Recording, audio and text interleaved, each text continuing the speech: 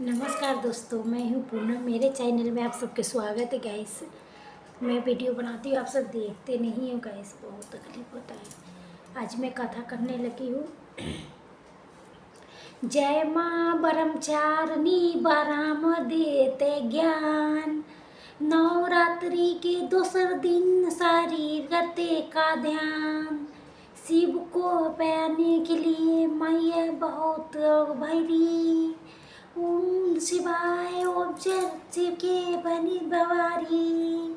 ओ देवी सात शिव ब्रह्मचारी देवी, नमस्ते नमस्ते थे नमस्ते नमः। जय माता जी, ओम नमः शिवाय। जय माता जी, ओम नमः शिवाय। आज प्रिय भक्तों जी, आज दूसरा दिन है नवरात्रि के दिन। आज अष्टमी मास के शुक्ल पक्ष के तृतीया तिथि है। आज के दिन माता ब्रह्मचारिणी के व्रत कथा के श्रवण करने से लंबी आयु आशीर्वाद प्राप्त होती है। श्रवण करता हुआ सारे प्रकार के सुख के कार्य में सफल होता है। व्यक्ति के लक्ष्मी प्रताप होती है। त्याग ब्रह्मचारिणी बड़े ताप जैसे गुली पग समाप्ति होती है। आज मैं सुना रही हूँ शारदा नवरात्रि।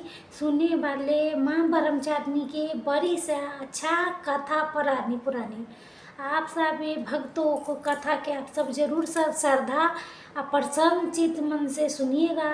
ब्रह्मचारिणी देवी के स्वरूप कुंजती में एवं ये भव है। उनके दाहिने हाथ में जप के माला है और बाएं हाथ में कमंडल रहता है। अपने पूर्व जन्म में जब यही हिमालय के घर पुत्री बन के जन्म लिए थे, तभी नारद जी के उपदेश से उनके भगवान शंकर जी के पति के रूप में प्राप्त करने के लिए अतिम कठिन तपस्या करने लगे। ऐसी तपस्या करने से इसके तप चारिणी अर्थात ब्रह्मचारिणी के नाम से अब ये जानते हैं। 1000 वर्ष केवल फल फूल खा के व्रत रखे थे। 100 वर्ष तक केवल 7 निर्वाण किए थे। कुछ दिन तक कठिन उपवास किए थे। खुले आकाश के नीचे वर्षा धूप के भयाकन कष्ट है। इस कठिन तपस्या में बाद 30,000 वर्षों तक केवल जमीन पर टूट के गिरे दिल बेलपत्रों के खा के भगवान शिव के आराधना किए थे। इसके सूखी बेलपत्र खाना भी छोड़ दिया। कई हजार वर्षों तक निर्जल निराहार तपस्या करती रही। प्रिय भक्तों, पतों के खाना छोड़ने कारण उनका नाम अपर्णा पड़ गई थी। 1000 वर्षों तक कठिन तपस्या के कारण ब्रह्मचारिणी देवी का ये पूर्व जन्म का शरीर एकदम छीन हो गया। वो यतिन कृष्ण हो गई, सूख के काटा हो गया। उनका शरीर पूरे तरह से सूख गया। उनके ये दशा देख के उनके माता मैना रानी ने अकिन दुखी हो गई। उन्होंने उसके कठिन तपस्या से आवाज लगाई, उमा ये उमा। तब से देवी ब्रह्मचारिणी के पूर्व जन्म के नाम उमा पड़ गया था। उनके इसी तपस्या से तीनों लोक में हाहाकार मच गई।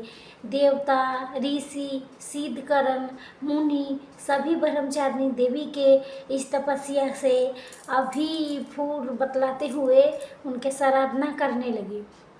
अंत में पिता महाना ने आकाश बारे दुहारे ने समृद्ध किए गिए प्रसन्न सोए में कहा, हे देवी, आज तक किसी ने ऐसे कठोर तपस्या नहीं किए थे।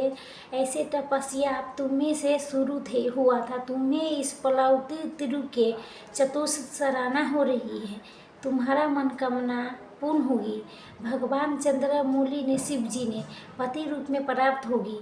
आप तुम तपस्या से विरत होके घर लौट जाओ। शीघ्र ही तुम्हारे पिता तुम्हारे बुलाने आ रही है। प्रिय भक्तों, माँ ब्रह्मचारिणी के इस कथा तपस्या करते हुए भगवान शिव जी ने कई बार उनके परीक्षा ली। वो परीक्षा में देवी माँ उत्तर हुई। इसे परशु के महादेव ने भगवान भोलेनाथ ने ब्रह्मचारिणी माता के अपना अर्धांगिनी स्वीकार किया, आशीर्वाद दिया तथा तुम्हें उसे ब्याह कर रहा। माँ दुर्गा के दूसरा ही रूप भक्तों सिद्धों के अतीम फलदायी वाला ही रूप है। उसके पूजा पाठ करने से तप, त्याग, वैराग, चरांग, संयम की बुद्धि होती है। जीवन के कठिन सी संग्राम से भी इनका मन कर्तव्य से भी बिचली नहीं होती है। माँ ब्रह्मचारिणी देवी ने उसके स्वर्ग व्रत सिद्धि विजय के प्राप्ति होती है। दुर्गा पूजा दूसरी दिन इन्हीं के स्वरूप की उपासना की जाती है। इसी दिन सादा कामबंद स्वाति चक्र में उस्ती भी होती है। माता इस चक्र में अवस्थी चिकट वाला होगी ब्रह्मचारिणी जी के कृपा भक्ति से ही प्रताप कर लेती है। एक बार प्रेम से बोलिए माता ब्रह्मचारिणी की जय। जय हो माता शारदा, जय माता भवानी, सभी भक्तों के दुख दूर करो माँ। जय माता जी। ओम नमः शिवाय, ओम नमः शिवाय। आप सुनते हैं माता रानी की दूसरी कथा।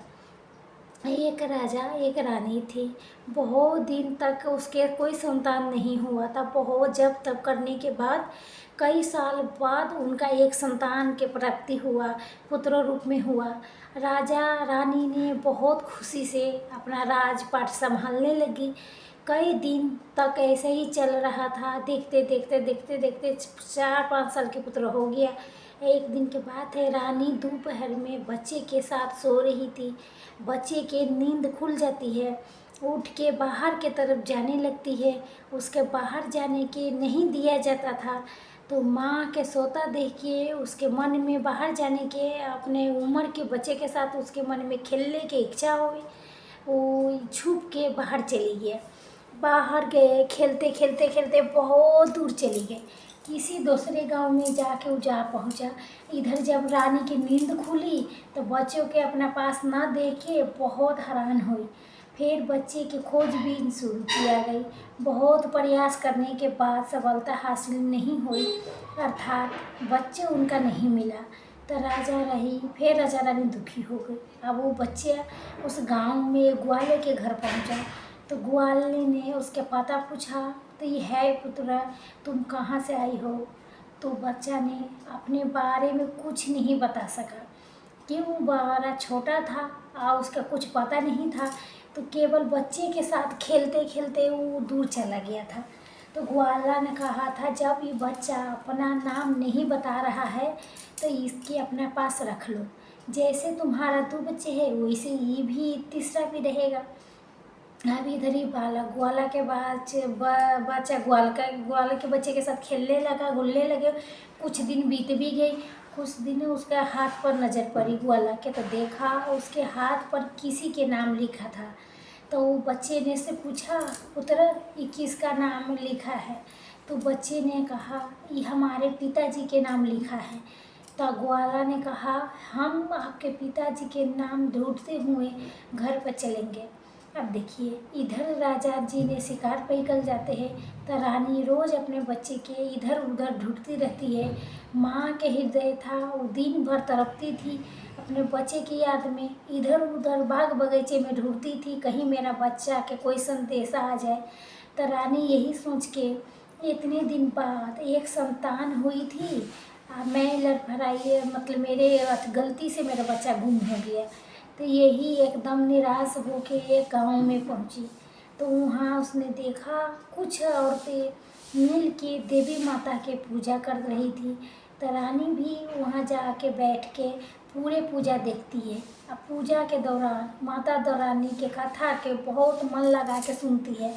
पूजा खत्म होने के बाद सारी सुहागिन महिलाएं रानी के प्रसाद देती हैं। जब रानी ने पूछा, बहन आपके किसी की पूजा करते हैं, हमको भी बताइए। तब से सारे सुहागिन ने बताया, हम माँ भवानी माँ दुर्गा के पूजा कर रहे हैं। माता बहुत दयालु है, ये अपने भक्तों के संकट के छल मंत्र में माता दूर कर देती है। बस ध्यान करने वाली बात ही है, तब तक ले आपका मनोकामना तुरंत पूरी हो जाती है। जब आपके मनोकामना पूरी हो जाए तो तुरंत माता देवी की पूजा करिए। आप जो मानते हैं उसे पूरा करिएगा। मनोकामना पूर्ण होने के बाद माता रानी की पूजा तुरंत कर लेना चाहिए। उनको टालना नहीं चाहिए। तो रानी ने अपना मन में सोचा, अगर माँ भवानी, माँ दुर्गा ने हमारे बच्चा सब कुशल मंगला मेरे पास पहुँचाएगा, तो हम भी इस तरह से सभी सुहागिन के साथ माता रानी की पूजा करेंगे। उधर रानी की मन्नत मराना हुआ, इधर ग्वाला बच्चे के लेके उसके पिता के तलाश में निकल पड़ा। वो कई जगह ढूंढते हुए काफ़ी देर बाद गांव के किनारे पहुंचा। तो एक व्यक्ति से पूछा, भैया से इस नाम के व्यक्ति के आप जानते हो? तो वह आदमी ने बोला, हाँ भैया जानते हैं, ये हमारे राजा के नाम है, उनका पुत्रा खो गया है, ये उनके पुत्र हैं। तो ये बात बतला के ग्वाला के घर के पता बताया।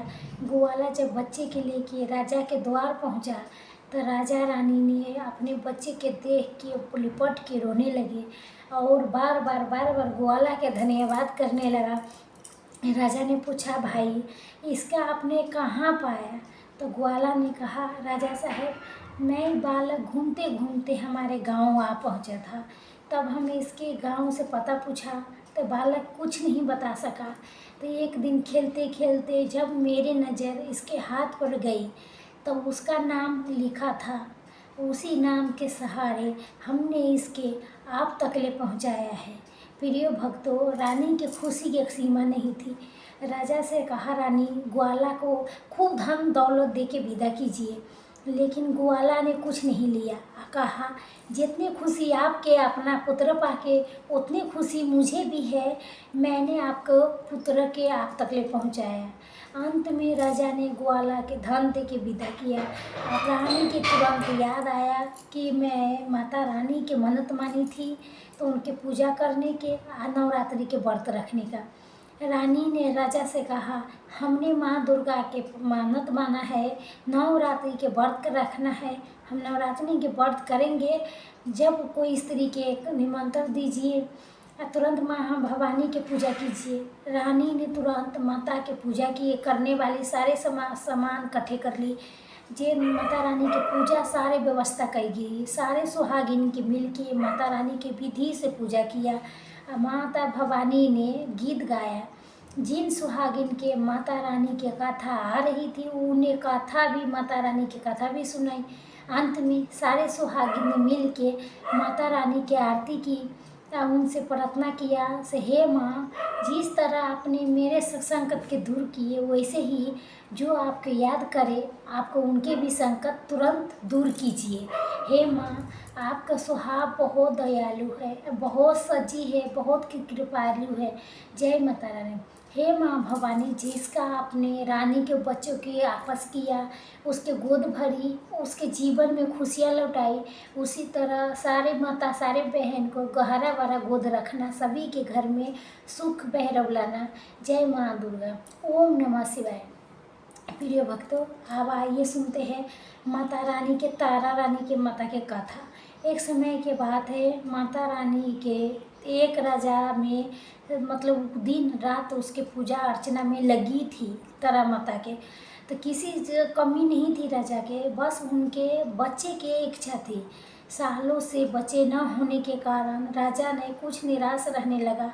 एक दिन राजा के भक्ति से खुश होकर माँ भगवती ने सपने में आके उनके 2 बेटी होने के वरदान दिया। आशीर्वाद मिलने से कुछ समय बाद राजा के घर में 2 कन्या के जन्म हुआ। बेटी ने उपरंत खुशी में राजा ने सबके दावत दी। अब बेटी की जन्म कुंडली बनाने के लिए पंडित जी के बुलाया। सब ने राजा से यही की बात कहा, ये साक्षात देवी के रूप है, जहाँ भी इसके कदम पड़ेंगे वहाँ खुशहाली खुशहाली आएगा, ये भगवती देवी के भक्ति होगी।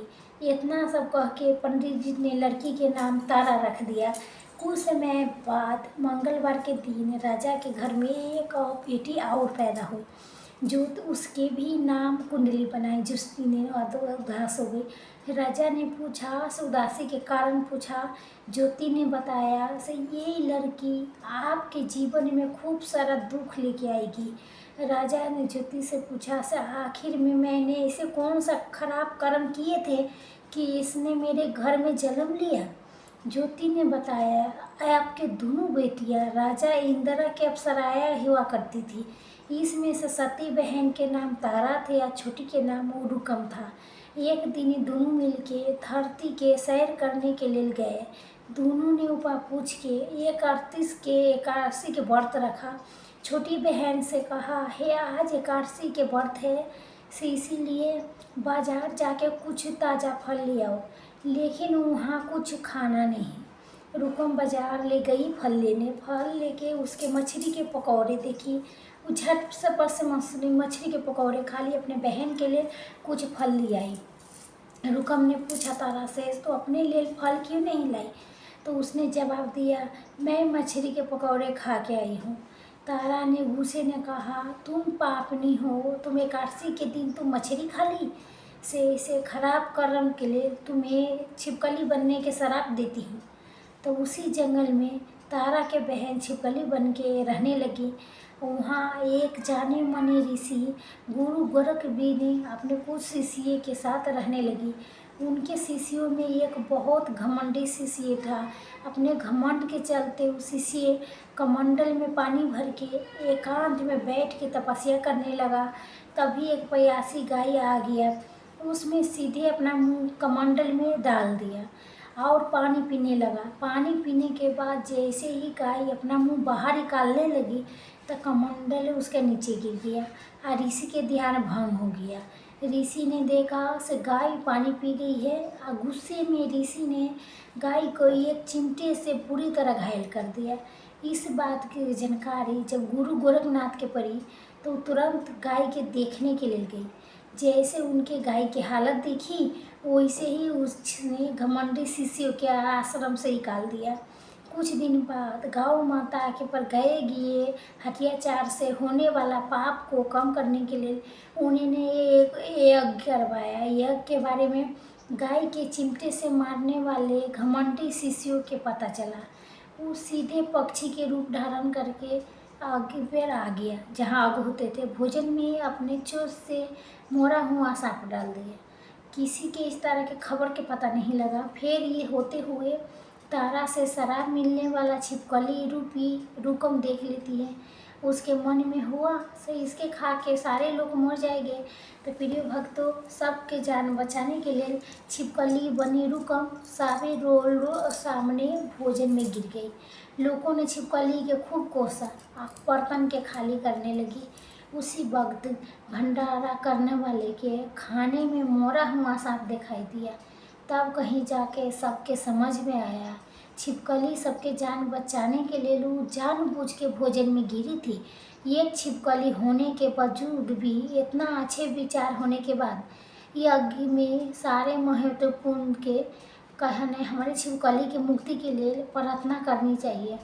प्रिय भक्तों, पंडित जी ने राजा के बताया सबके काट प्रार्थना से छिपकली तीसरे जन्म में आप जैसे प्रतापी राजा के घर बेटी के रूप में पैदा हुई है। वही तारा ने दूसरे जन्म ने तारामती के रूप में लिया। अयोध्या के राजा हरिश्चंद्र से विवाह किया। इतने सब बात कहने के बाद पंडित ने राजा के रुकम के मारने के अति दी सलाह दिया। तो मैं वो कहता मैं कैसी पुत्री की नहीं मार सकता हूँ, ऐसा करना पाप होगा।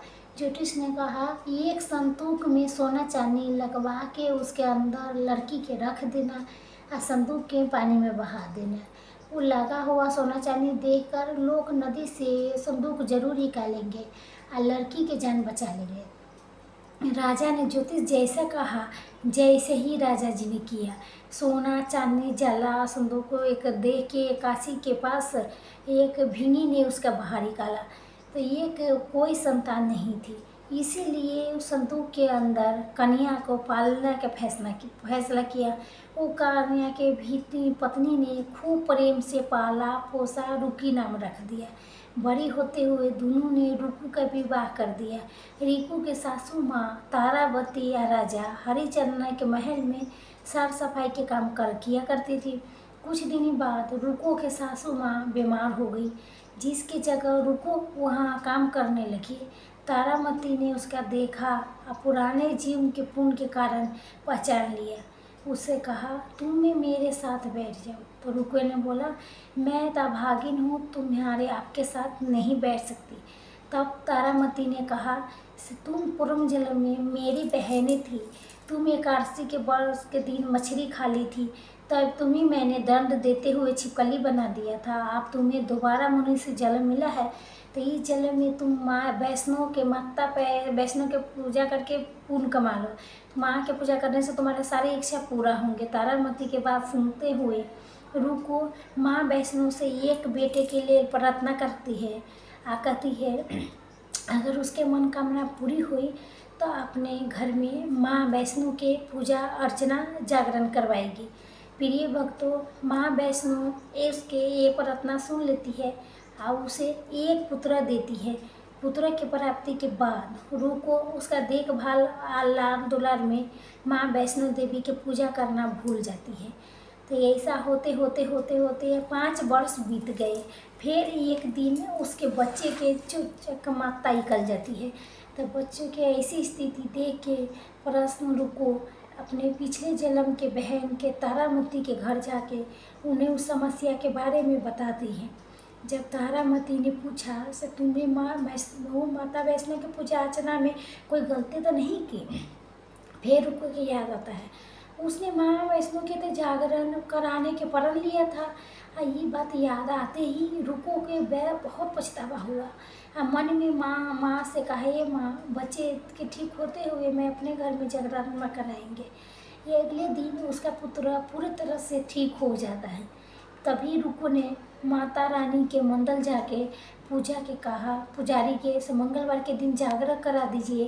रुको के बात सुन के पंडित जी कहते हैं, तुम यही 5 रुपया दे दो, तुम्हारे ले मंदिर में भी जागरण करवा देते हैं। रुके कहते हैं, जब मुझे पता है मैं चमारनी हूँ, लेकिन मेरे घर आके जागरण करवा दीजिए।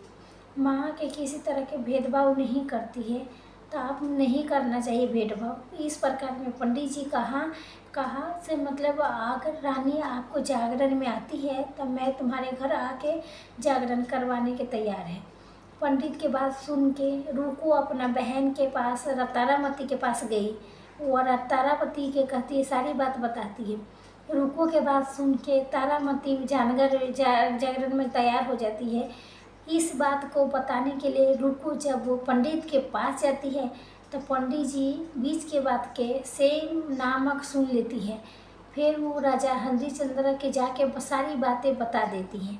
राजा के मन में हुआ से रानी के नीचे जाति वाला के घर जागरण में नहीं जाना चाहिए, इसी वजह से अपना उंगली काट लेती है, जिससे उसे नींद ना आए और रानी जागरण में न जा सके।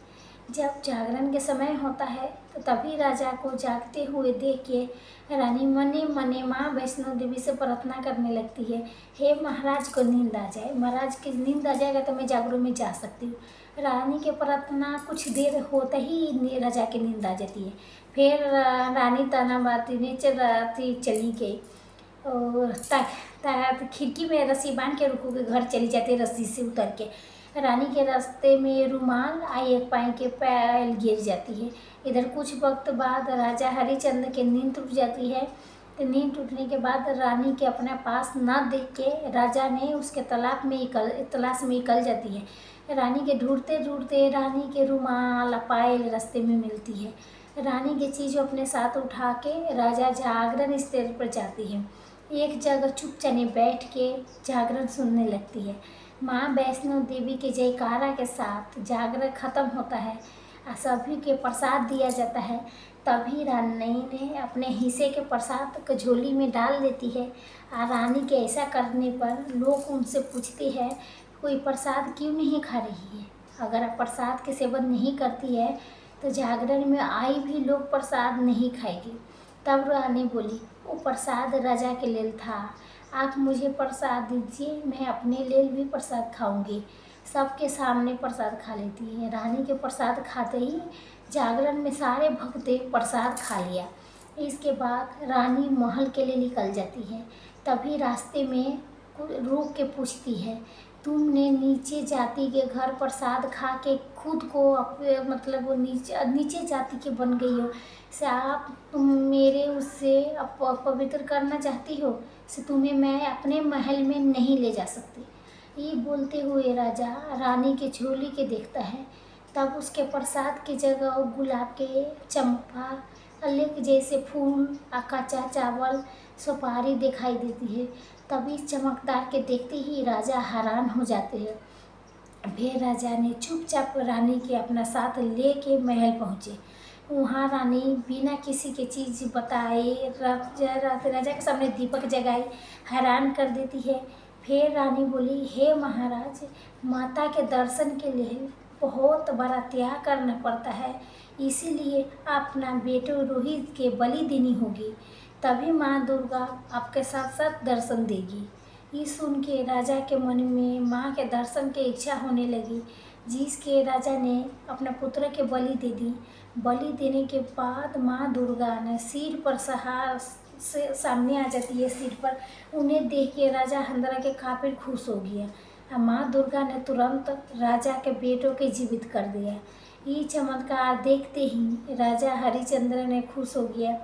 तभी राजा ने माँ के पूरी बात बुद्धि विचार से बात करने लगते, गलती के क्षमा मांगने लगती है। माँ दुर्गा ने खुश रहने के आशीर्वाद दे देती है, अंतर ध्यान हो गई। फिर राजा ने तारा से कहा, मैं बहुत प्रसन्न हूँ, मुझे पत्नी के रूप में आप मिली है। फिर राजा हरिश्चंद्र ने तारा रानी के हुक्म के मनी से छुटकारा पाके देवलोक में चली जाती है।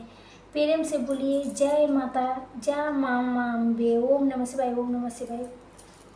आप कथा के फल के प्रताप के लिए सरगम करते हैं माँ दुर्गा के आरती। जय अम्बे गौरी मैया, जय माँ गौरी, तुमको निस दिन ध्याने तुम ही राम दी। ओम जय अम्बे गौरी माँ सिंदूलाया जे माए तो तेरी में मुम चोरे तुम है ना चंद्र भजन को। जय अम्बे गौरी गंध समाकली से रात मल ना जा, रात पुष्प माला कंठ में ऐसा बरसा। जय अम्बे गौरी की हमारी बहान राजत खर खानी, खबर धानी सुरी मनी सेवक तिनके दुख हारी। जय अम्बे गौरी काली मिंदल नव वेद ब्रह्माचरंदयुति, कुस्ती तंद्री बासी रातेउति। ओ जय अम्बे गौरी सुमरे सुमंदरी वारी महिषासुर जाती, दोमरे नैना निस दिन मदराती। जय अम्बे गौरी चंद्र मुंड सरिंगार सूरती जहरी, मधुर पराल मारी सुर भैया करी। ओ जय अम्बे गौरी ब्रह्मानी उपरानी तुम कमल धरानी, आग में निगानी तुम शिव पतरानी। जय अम्बे गौरी चांस ओग मीत कात्रित नीच कृत भैलू, बाजत तंद मुंधन बाउर जय डमरू।